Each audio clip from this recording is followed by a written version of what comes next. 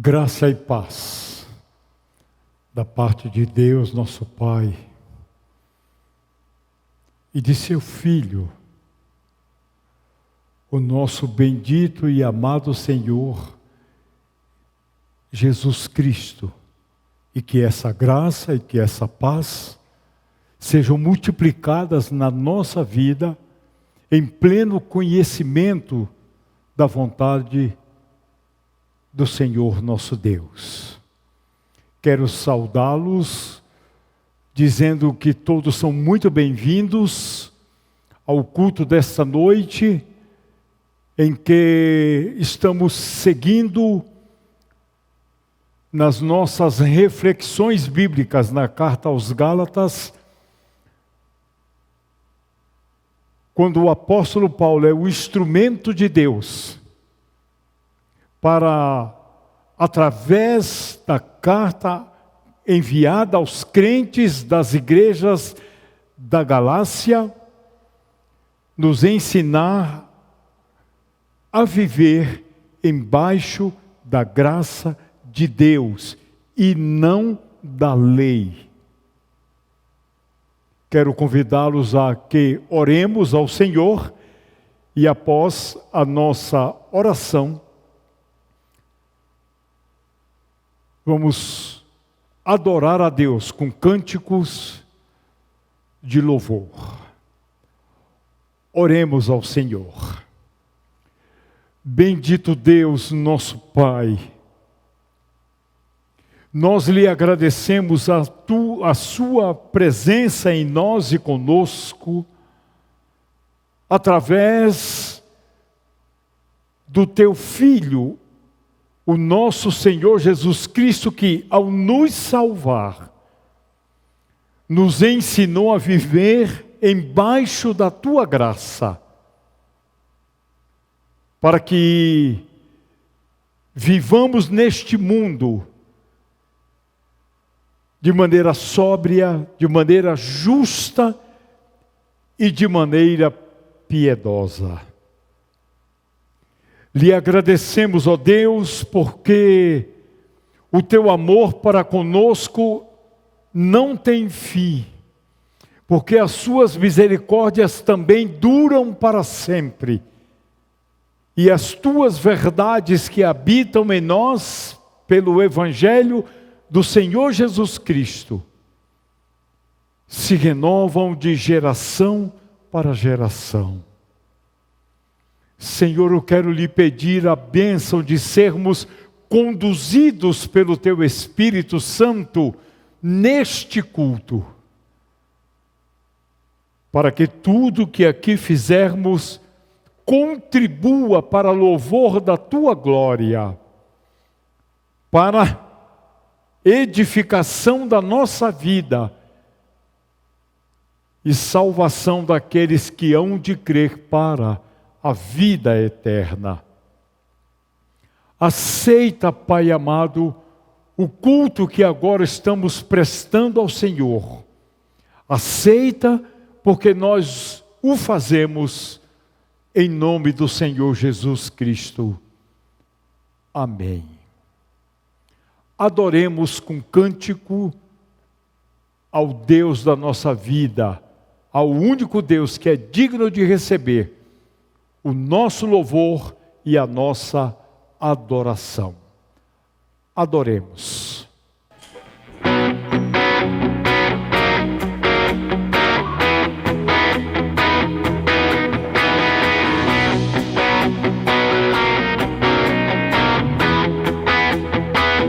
Vamos lá, louvemos.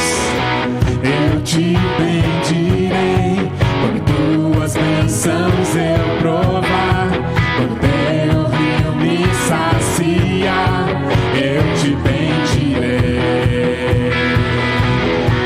Eu te bendirei quando no deserto estiver, quando a solidão me envolver, eu te bendirei. Pelas bênçãos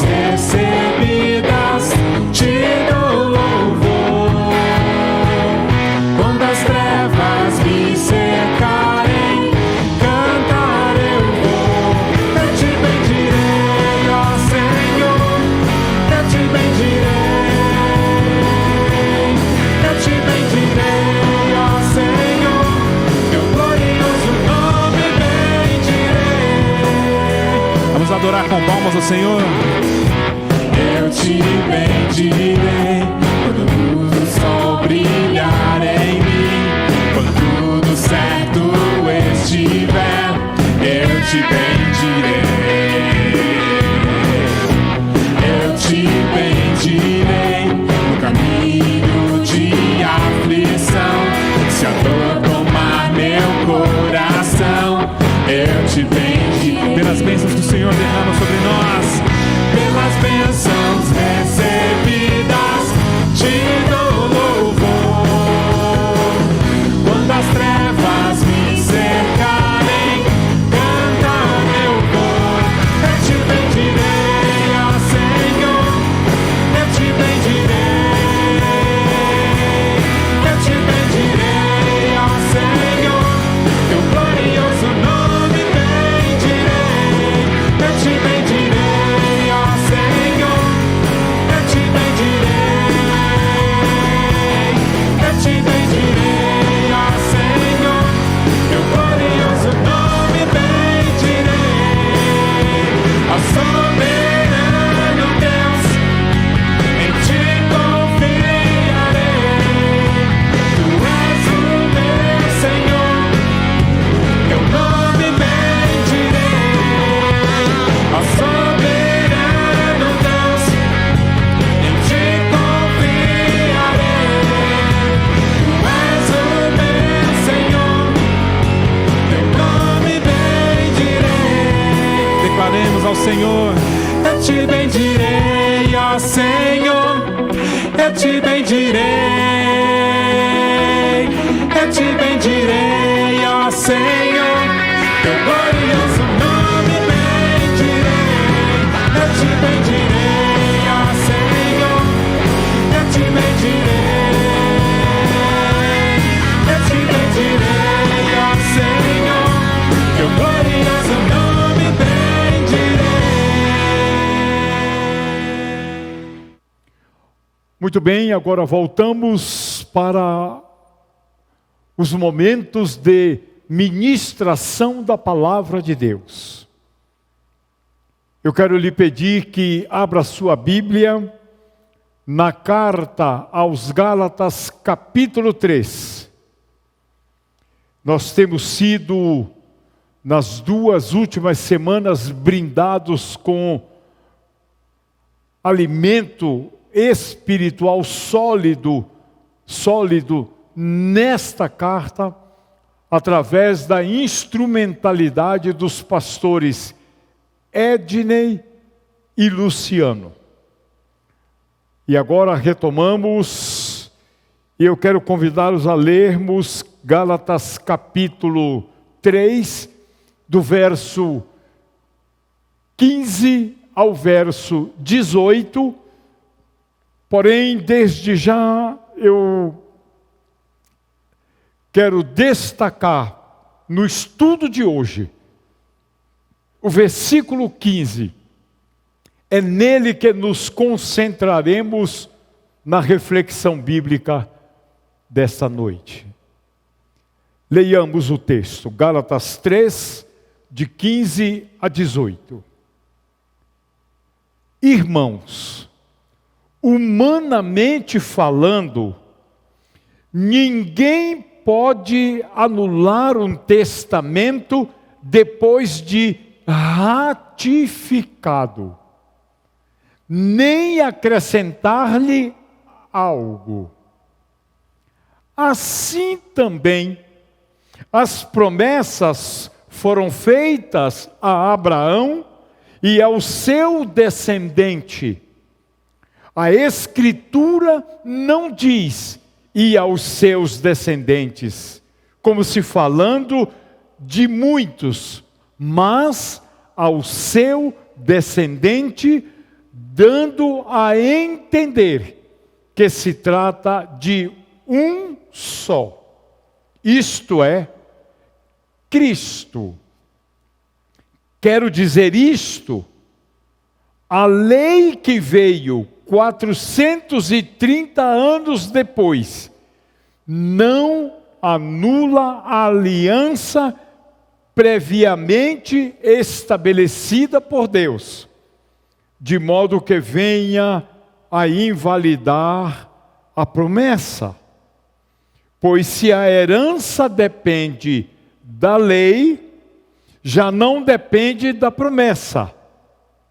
Deus, porém, concedeu-nos gratuitamente. Porém Deus concedeu a promessa gratuitamente a Abraão, mediante a sua promessa.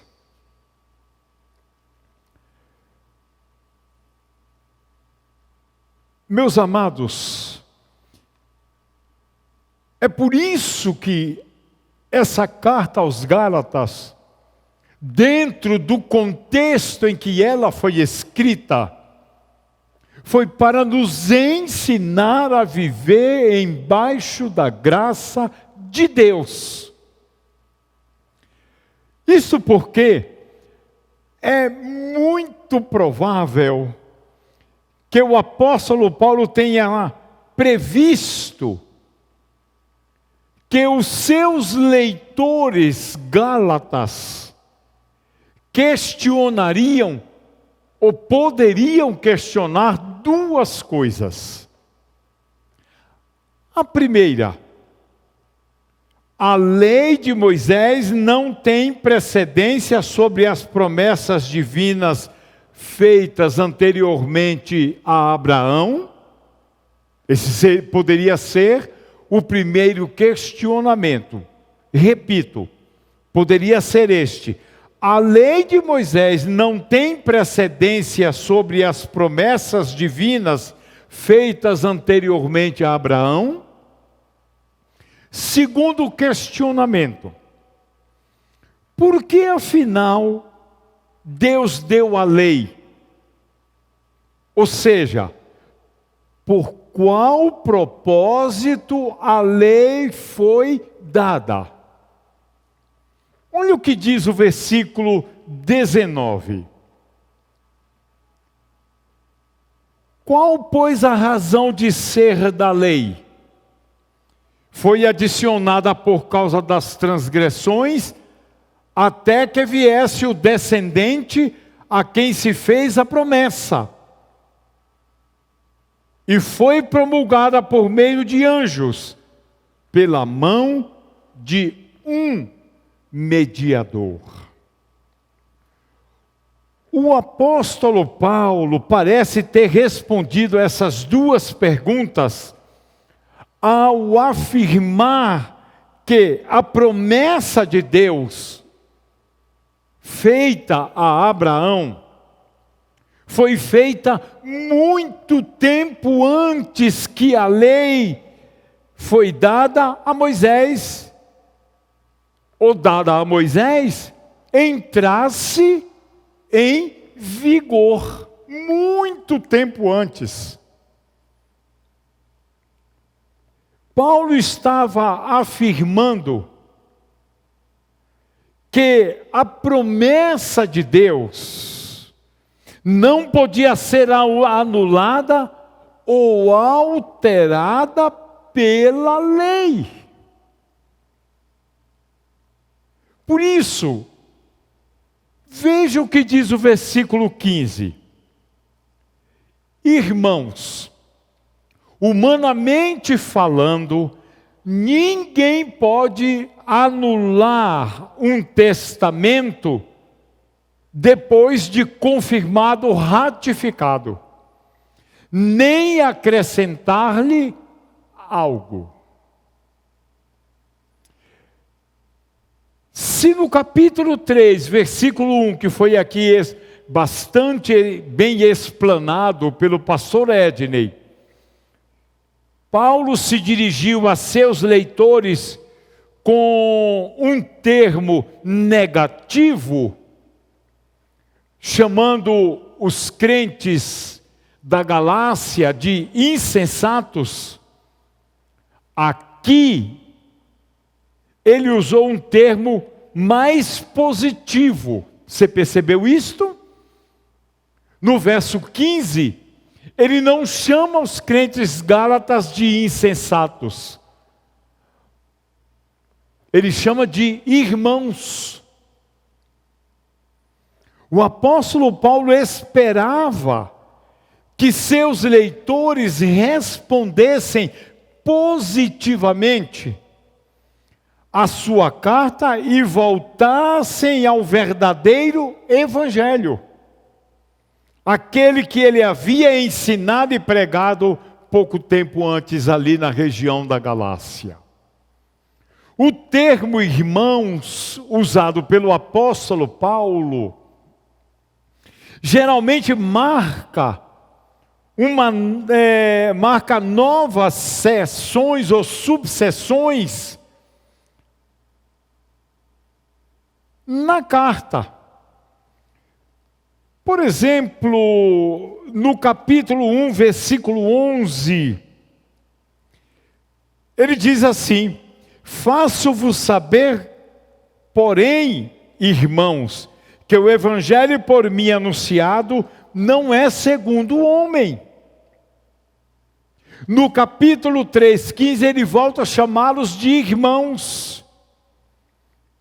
No capítulo 4, no versículo 12, ele diz assim: sede qual eu sou, pois também eu sou como vós, irmãos, assim vos suplico, em nada me ofendeste. No versículo 31 ele diz: e assim, irmãos, somos filhos não da escrava, e sim da livre. A lei escraviza. Cristo e o Evangelho libertam. No capítulo 5, no verso 11, ele diz: eu, porém, irmãos, se ainda prego a circuncisão, por que continuo sendo perseguido? Logo, está desfeito o escândalo da cruz. Verso 13: porque vós, irmãos, fostes chamados à liberdade, porém não useis da liberdade para dar ocasião à carne. Sede antes servos uns dos outros pelo amor.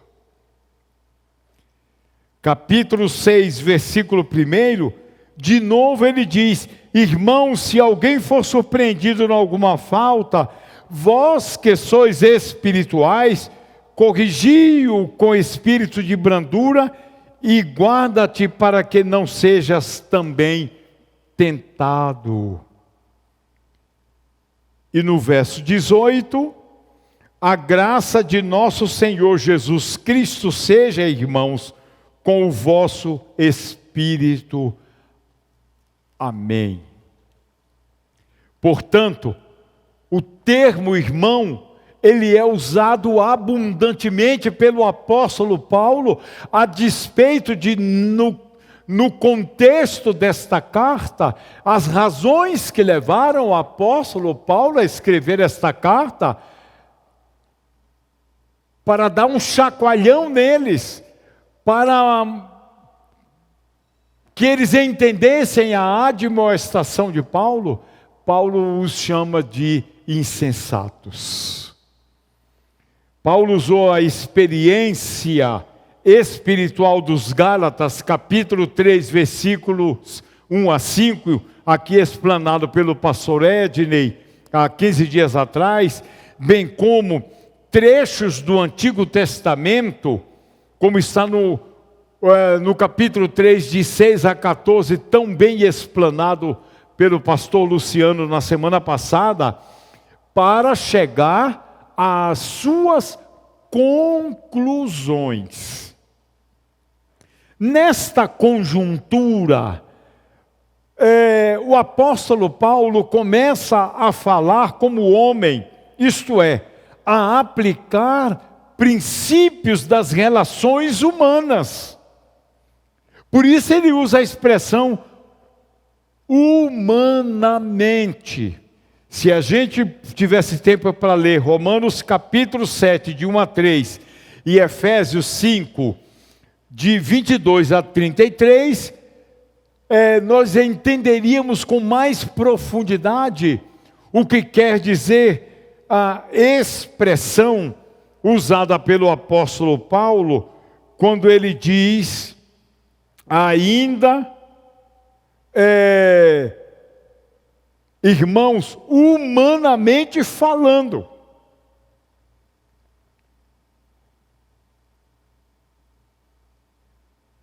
Ele está querendo falar de princípios humanos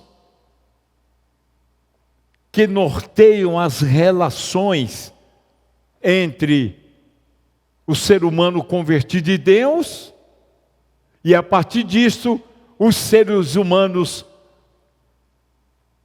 com Deus entre si. O apóstolo Paulo então disse, ainda que uma aliança seja meramente humana, uma vez ratificada, ninguém pode revogá-la ou lhes acrescentar coisa alguma. Interessante que entre os humanos, quando se ratifica ou se confirma um acordo, ele permanece inalterado até que esse acordo seja cumprido. Esse fato pode ser facilmente aplicado à promessa de Deus feita a Abraão lá atrás. E aí, embora a ideia geral da comparação de Paulo seja muito óbvia, sua interpretação exata tem sido bastante discutida. Será que a palavra grega que se pronuncia diateque, traduzida por aliança, no capítulo 3, que lemos, versículo 15, deveria ser vertida para a palavra testamento? Nos textos que o historiador judeu, o maior historiador judeu de todos os tempos, Flávio Joséfo, usa o termo aliança, diateque. A palavra usada por Paulo sempre significa testamento. Na Septuaginta, Septuaginta é a tradução do Velho Testamento para o grego, e isso foi feito por Flávio Joséfo. O termo é frequentemente usado como substituto da palavra aliança. Qual é o substituto? A palavra testamento. Testamento. Ou seja, a promessa que Deus deu a Abraão, ela recebeu uma força de testamento, firmado e confirmado, e que jamais poderia ser anulado. Nem pela lei de Moisés, nem por profetas, nem por pastores, por ninguém. A promessa de Deus é inalterada, porque ela foi feita com base no descendente de Deus, uma referência à pessoa do Senhor Jesus Cristo. Então, uma pergunta simples: qual seria a tradução mais fiel ou mais adequada aqui? Testamento ou aliança? Há um teólogo de nome Morris que argumentou que o termo diateque significa aliança. em ambos os versos, tanto no verso 15, quanto no verso 17.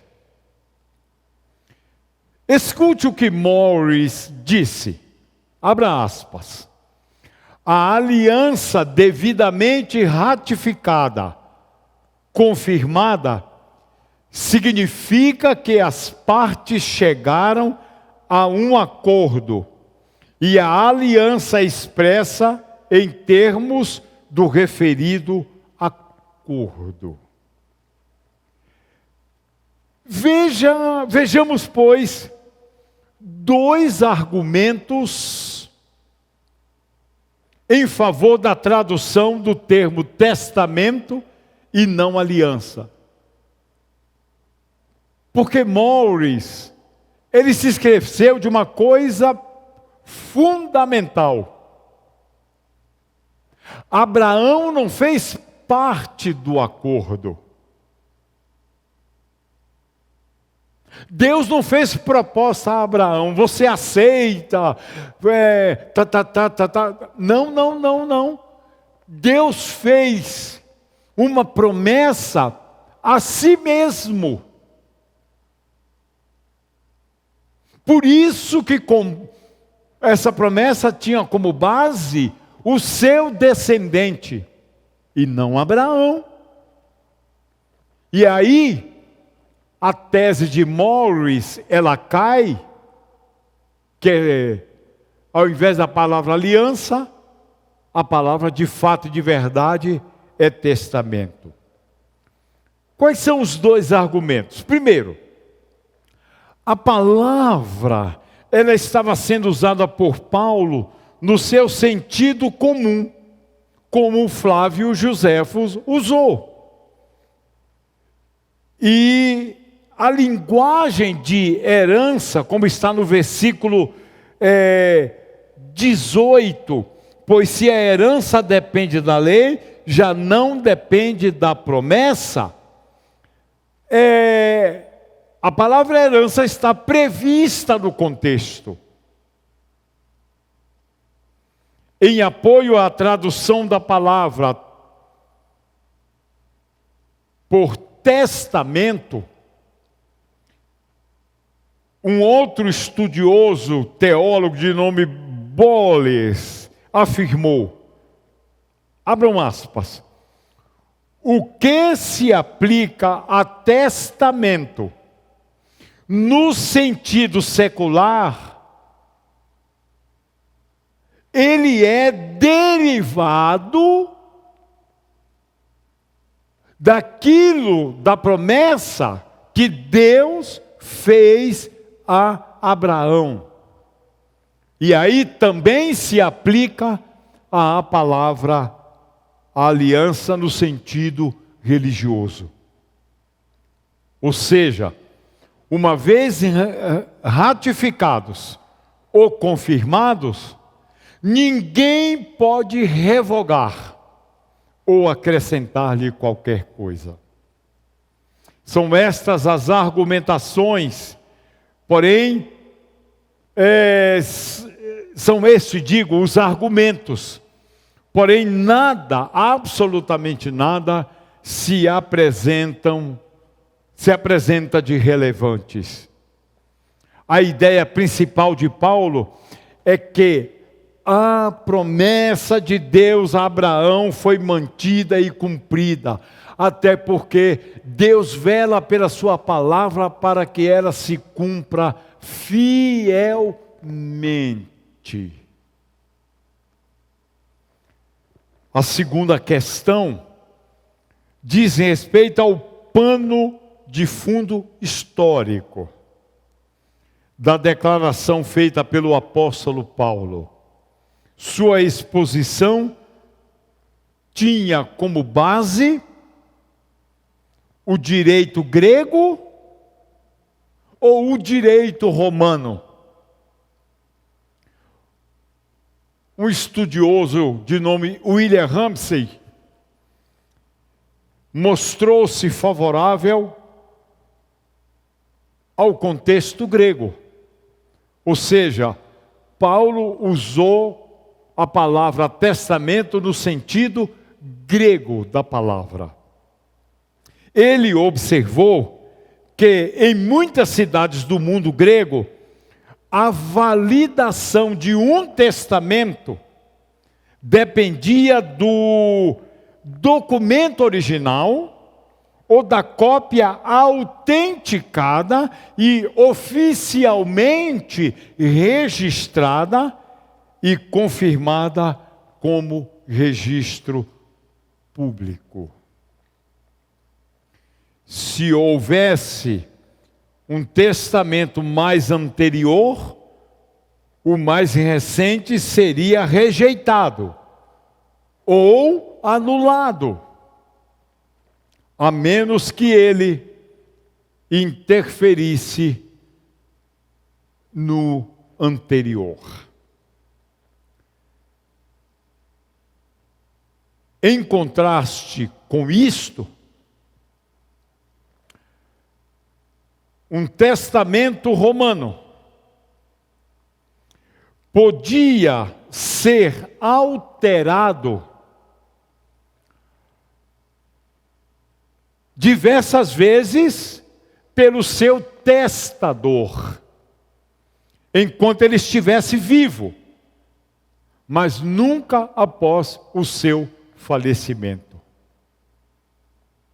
Aí eu não posso deixar de lembrar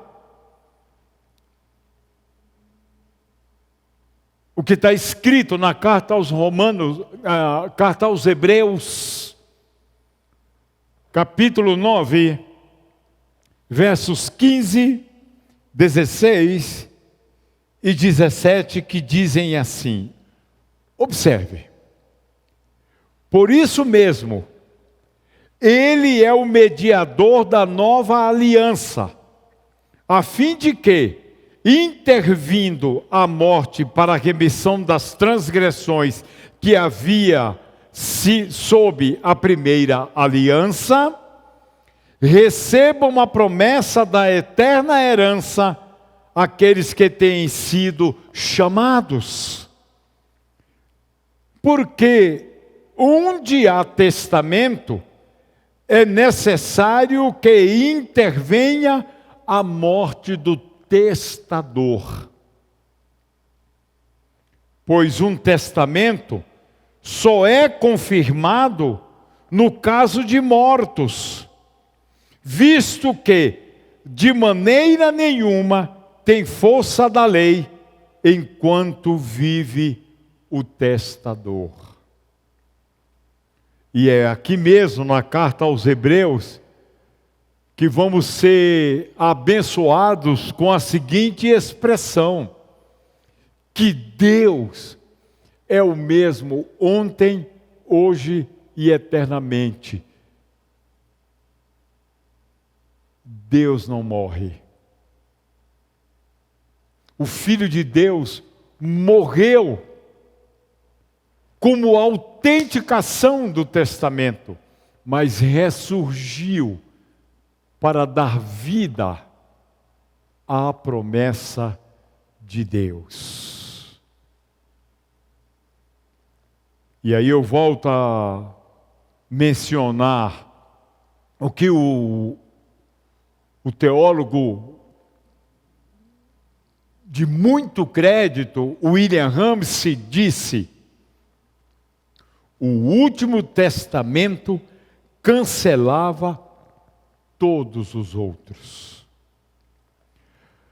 Eu quero concluir por hoje para prosseguir no próximo estudo, no versículo 16, pedindo que você, que está participando conosco deste estudo bíblico, desta reflexão, ponha no seu coração 3 coisas importantes sobre tudo que dissemos até agora. A primeira, a promessa foi feita por Deus muito antes da lei. E essa promessa foi confirmada pelo Senhor Jesus Cristo. Guarde isto. A lei não tem poder de cancelar a promessa, ou de servir de apoio à promessa. Absolutamente não.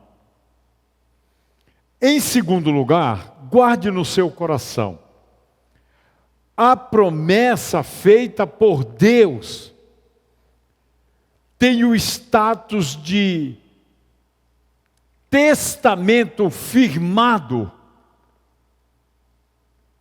E a grande testemunha desta promessa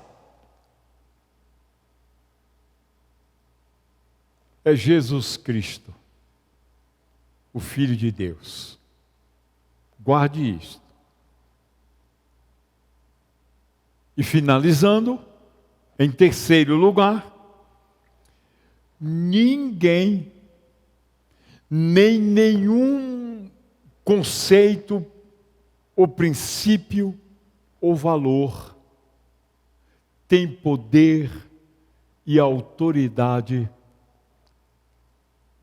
para anular a promessa feita por Deus ao seu descendente, Jesus Cristo. Por quê? É o que veremos no próximo estudo, no versículo 16. Eu quero convidá-lo a mais um momento de adoração, cantando ao Senhor. Vamos cantar.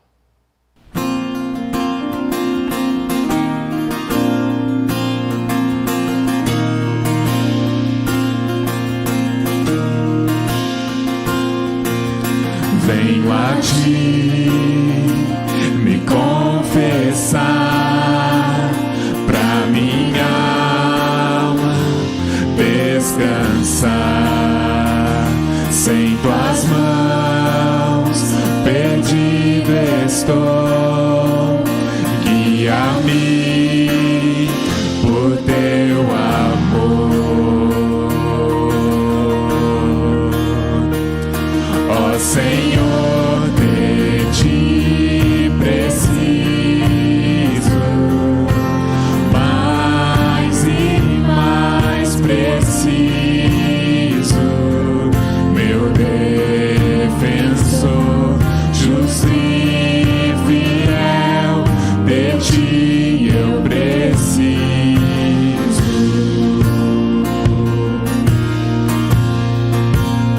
Se estou perdido, encontro a graça, e onde a graça tu estás.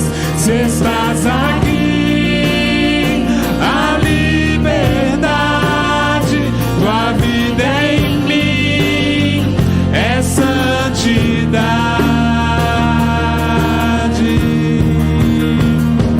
Ó Senhor, de ti preciso,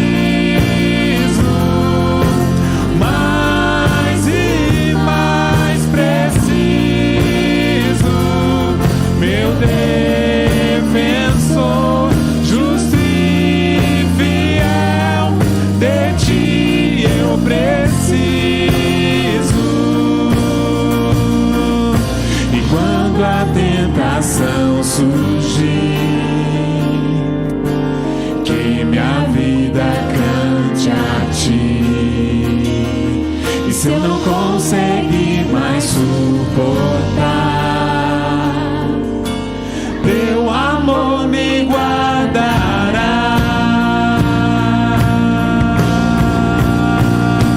Ó Senhor, de ti preciso,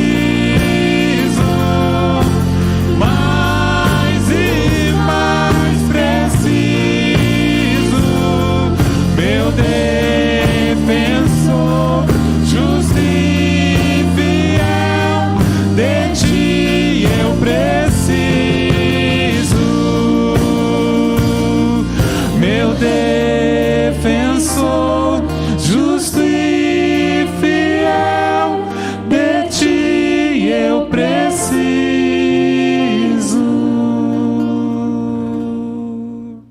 Muito bem, eu quero me despedir de você nessa noite,